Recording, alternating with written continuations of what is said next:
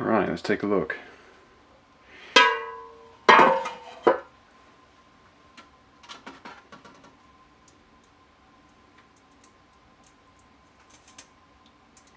Okay, well, it seems to have cleaned up a little bit. Not expecting much. Okay, well, as expected, it has just removed a bit of surface dirt. Not too much. It's a bit too hot to touch. But there is actually quite a bit of debris in the bottom of the cleaner, so although it doesn't look much different, it has taken some dirt off. Right, so let's now open it up and tear it apart. Now, I have already removed the bowl before, so we already know what it looks like in here. It has actually started to clean that up. That has cleaned a little bit, so I'm quite confident this is going to work. Obviously it's going to need a bit of wire brushing on the outside, but that's fine. I can do that when it's all dismantled. I'll take the jets out, get those all cleaned up. Now, I'm not too sure how well this shows up on camera, but I'm just going to very quickly explain this particular float pin. Now on some, the float pin will just slide out and it will come out either way. Doesn't really matter. On others, the float pin has a shape to it. It has a shape to it. You can see on this side we actually have two flat edges on either side. It's a bit curved on the top, but we have the flat edges. Now on the other side, although it's very difficult to show on camera, you can see it is totally round. So we need to tap it in through from the round end so that the side which has the flat edges is drawn out. It doesn't want to be going through. So yeah, like I say, it's quite difficult to show that on camera because it's so small, but that is the idea behind the float pin on this carburettor.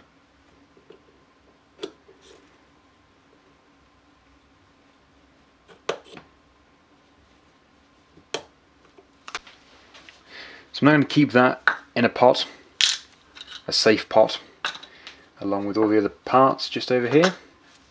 Next we have the main jet. Now I would usually use my Briggs & Stratton screwdriver for this, for carburettors, but it's hiding, so unfortunately I can't do. But hopefully, if I have a good look for it, it should turn up. I only had it the other day. Right, okay, so that is the main jet just there, nice and gummy. Put that in the pot, and now we've got the float, which doesn't look too bad, and the valve just here, which again doesn't look too bad. So that's all good news. Okay, I found it. The Briggs & Stratton screwdriver designed for these jets and tubes. So next we actually do have the Emulsion Tube, which is down here. Oh yeah, it's very gummed up, lots of dirt, but it's cleanable. It's a film of something, some kind of film.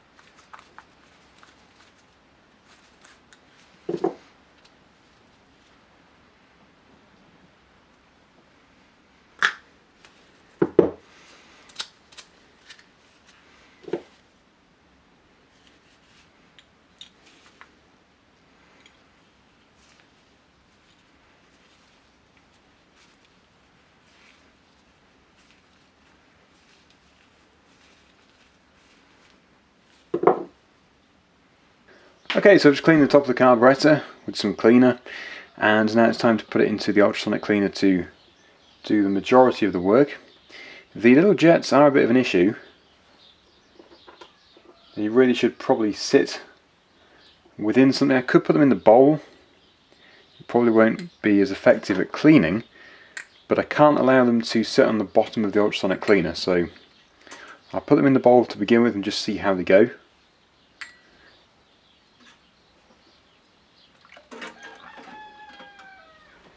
And we'll see how that goes. Okay, that was 15 minutes. Let's see when that's done.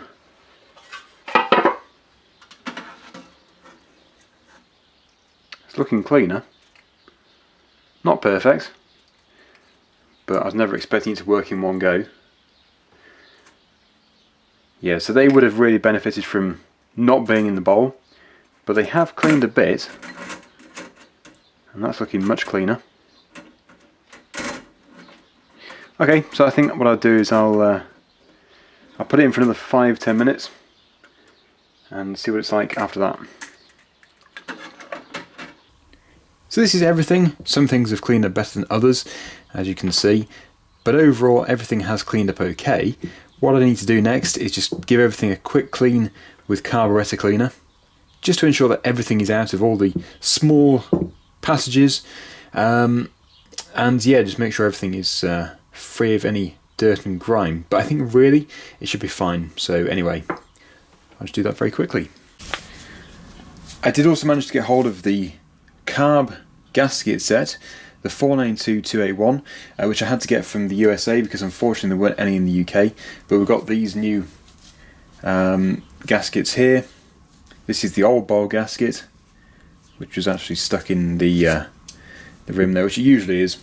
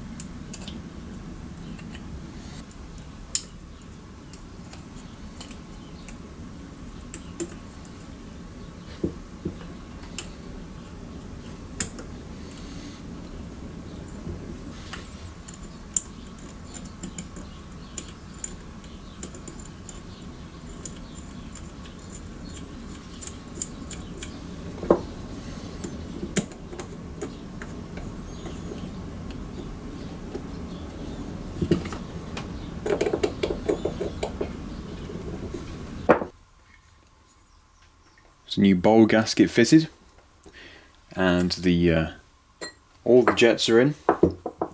So let's now put us back together.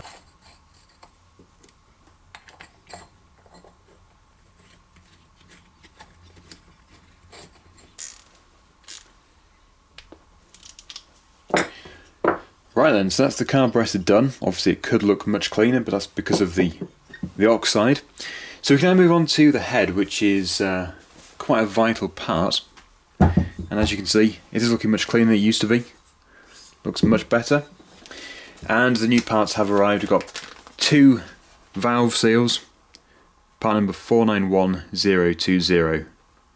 And these, I'm told, were the last 2 available from the European Briggs & Stratton parts department. Unless I'm going to get some more in, I'm not too sure. But yeah, I was pretty lucky to get the 2 of them. So, it is time to start rebuilding the head. Let's first of all start with the new valve seals.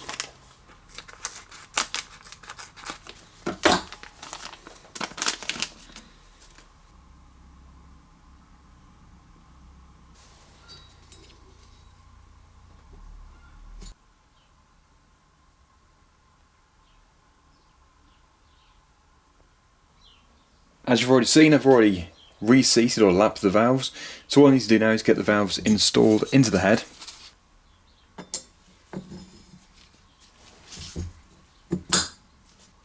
I've just been cleaning these in some white spirit so everything's nice and clean, ready to assemble, and then when I do assemble it I use just assembly lubrication, and that is going to be good enough for the first starter before the oil can properly circulate in the engine. So yep, just a good bit of white spirit, cleans everything up nicely.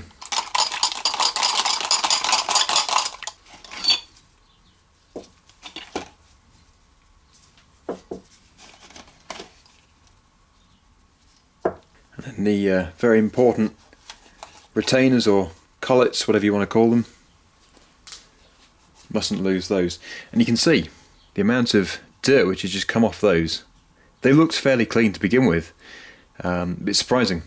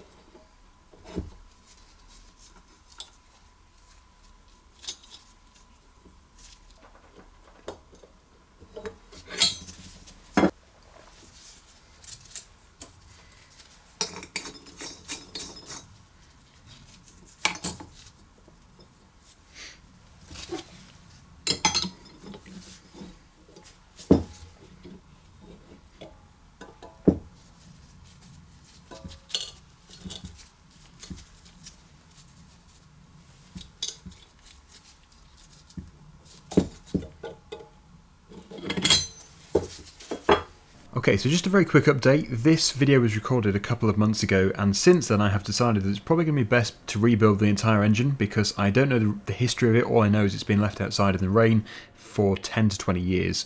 So I have decided that I'm going to go for a full rebuild of the engine. So that video will be coming soon, but that was just a quick update on the Victa. I'm still going with it and I would love to finish it.